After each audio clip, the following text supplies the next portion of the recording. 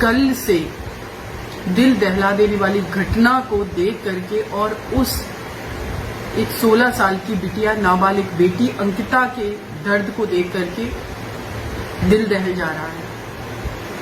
एक बेटी जो इतनी इंटेलिजेंट है, पढ़ रही है, एक गरीब परिवार की बेटी है, उसको एक हैवान सिरफिरा दरिंदा जिंदा जला देता है। ये 21st सेंचुरी का भारत है, जहां पर क्या कहें हम गर्व से कि मेरे भारत में मेरी अपनी बेटियों को घरों के अंदर भी जिंदा जलाया जा रहा है ऐसे दरिंदों के द्वारा। वो बेटी इतनी निडरता से, इतना उसको दर्द होगा, पूरे 90% तो उसकी बॉडी जल गई और उनका वीडियो हम लोग सब लोग देख सकते हैं यूट्यूब पर, फेसबुक पर या टीवी पर चल रहा है। कह रही है जिस तरीके का मुझे दर्द हो रहा उसको भी वही सजा दी जाए जैसे उसने मुझे जलाया। भारत के संविधान में किसी को अगर मौत की सजा दी गई तो जिंदा जलाने का प्रावधान नहीं है, लेकिन इस तरीके की घटनाएं देख करके सच में दिल करता है कि ऐसे दरिंदों को जिंदा जला देने का भी प्रावधान होना चाहिए। ऐसे दरिंदों को पता नहीं हजारों गोलियां मार करके पूरे शरीर को छलनी कर देने का भी प्रावधान होना चाहिए। वो बेटी जो कि इतनी इंटेलिजेंट, इतनी प्यारी गुड़िया सी बच्ची थी, वो हमारे आपके किसी के घर की भी बेटी हो सकती थी। वो बच्ची अपने घर में सो रही थी, एक तरफा प्यार में सिरफिरा जा करके इसके हौसले देखिए कि खिड़की से उस बेटी को पेट्रोल डाल करके उसमें आग लगा देता है। एक सप्ताह तक हमारी बिटिया जलती रही, एक सप्ताह तक जिंदगी मौत के बीच लड़ती रही। जब से कल से ये न्यूज आई है, मैंने बहुत बार कोशिश की, वहाँ के एसपी से भी मेरी बात हुई, उनके पेरेंट्स का नंबर नहीं मुझे मिल पाया है। मैं पूरी कोशिश करूंगी कि मेरा जितना सपोर्ट हो सकता है उस बिटिया के परिवार को मैं करूं और हमारी अंकिता को न्याय मिले। लेकिन उससे ज्यादा जरूरी ये है कि हर दिन कोई ना कोई घटना होती है। एनसीआरबी का डाटा जो है उसकी रिपोर्ट आई है कि दिल्ली में हर दिन 2 नाबालिग बेटियों के साथ रेप होता है। पूरे देश के अंदर जो है क्राइम बढ़ा है और जिसमें भी महिलाओं के अगेंस्ट क्राइम बढ़ा है। तो इसका समाधान क्या है? आज अंकिता, कल मनीषा वाल्मीकि, तीसरे दिन अंकिता तोमर, चौथे दिन वहां पर एक हैदराबाद में एक गुड़िया, कहीं पर एक शिमला में एक गुड़िया। कितनी बेटियों के नाम गिना दे। मेरे पास सैकड़ों केसेस हैं गैंगरेप एंड मर्डर के, जिन बेटियों के साथ ऐसे अपराध हुए। आप लोग विश्वास नहीं करेंगे, छोटी छोटी बच्चों के साथ गैंगरेप के मैटर में हैंडल कर रही हूं। तो इसका समाधान क्या है? मैंने सुना झारखंड के सीएम का स्टेटमेंट, वो कह रहे हैं कि ऐसे क्राइम तो होते रहते हैं।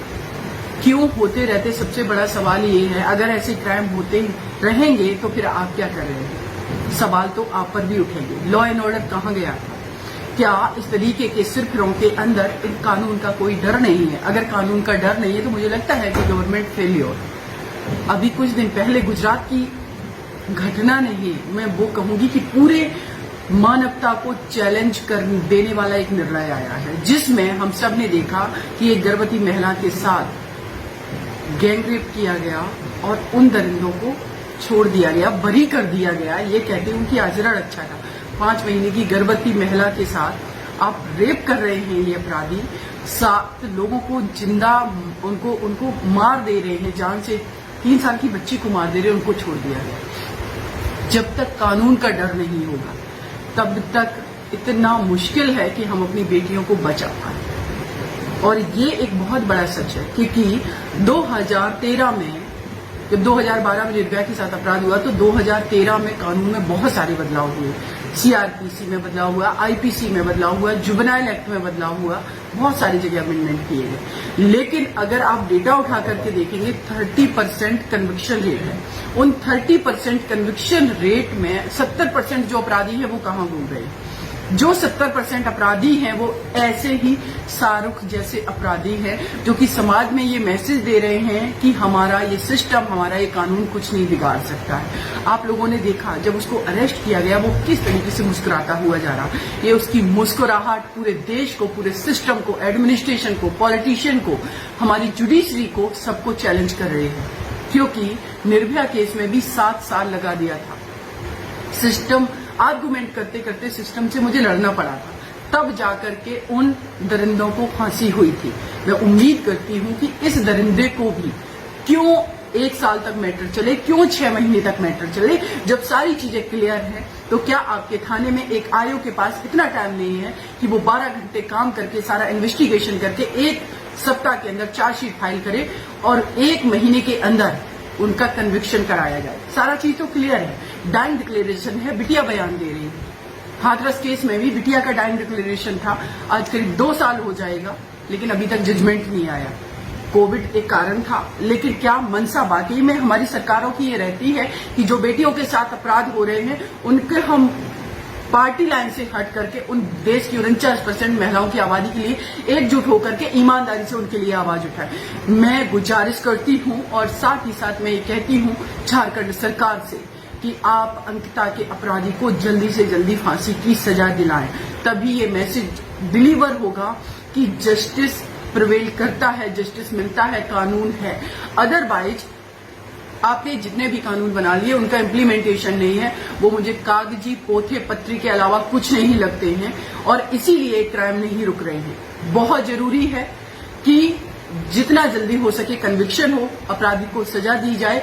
और सजा सिर्फ ऐसा नहीं कि डिस्ट्रिक्ट कोर्ट से हो गई फांसी की सजा, तो हाई कोर्ट अपील में 4 साल मैटर लटका है, फिर वो सुप्रीम कोर्ट गया तो सुप्रीम कोर्ट में 5-6 साल लटका है, फिर वो प्रेसिडेंट ऑफ इंडिया के पास गई तो वहां मर्सी पेंडिंग पड़ी हुई है। नहीं, ये सारा प्रोसीजर 6 महीने के अंदर प्रेसिडेंट ऑफ इंडिया तक पूरा हो जाना चाहिए। ये बहुत जरूरी है। ये सिस्टम के जो लूप होल हैं, ये सबसे ज्यादा अपराधियों के हौसले बुलंद करते हैं, क्योंकि उनको पता है बीच में बेल मिल जाएगी, ट्रायल जो है बहुत लंबा खींचेगा और केस बहुत लंबा चलता रहेगा, तब तक वो बाहर रहेगा और ऐसे ही क्राइम को अंजाम देता रहेगा। तो आप लोगों से मेरे अनुरोध है कि इस लाइव को ज्यादा से ज्यादा शेयर करें और झारखंड सरकार से मेरा अनुरोध है, फास्ट ट्रैक नहीं, टाइम बाउंड फास्ट ट्रैक इसका ट्रायल करा जाए, टाइम फिक्स किया जाए, कितने दिन में ये जवाबदेही सरकारों की सुनिश्चित करना बहुत जरूरी है। नहीं हमारी अंकिता जैसी प्यारी इंटेलिजेंट बेटियां ऐसे ही दरिंदों की बलि चढ़ती रहेंगी, ये बहुत आवश्यक है। आप सभी से अनुरोध है कि अंकिता के लिए आवाज जरूर उठाएं, चुप नहीं बैठना है।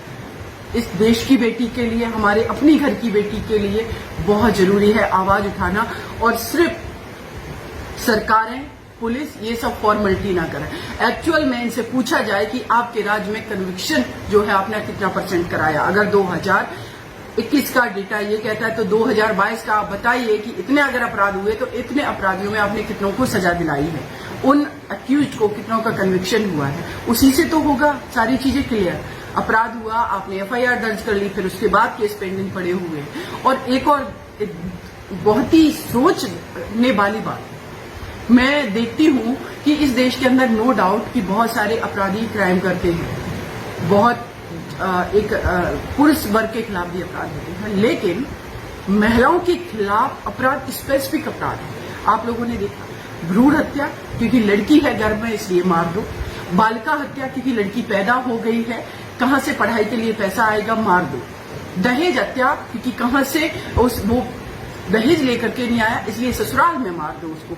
बलात्कार उसका किया जाएगा, बलात्कार करके उसका मर्डर कर दो क्योंकि वो बयान ना दे दे। इस तरीके स्पेसिफिक अपराध हमारे देश की 49% बेटियों के लिए हो रहे हैं, बेटियों के खिलाफ हो रहे हैं।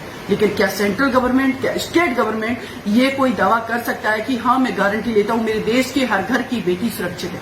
इस पर आप लोगों से अनुरोध है, आप लोग इन बेटियों की आवाज बनते रहिए, अपना ख्याल रखिए और अंकिता के लिए प्लीज आप लोग ऐसे ही आवाज उठाते रहिए जब तक झारखंड सरकार जल्दी से जल्दी इस अपराधी को फांसी की सजा न करा दे। जय हिंद, जय भारत साथियों, आप लोग अपना ख्याल।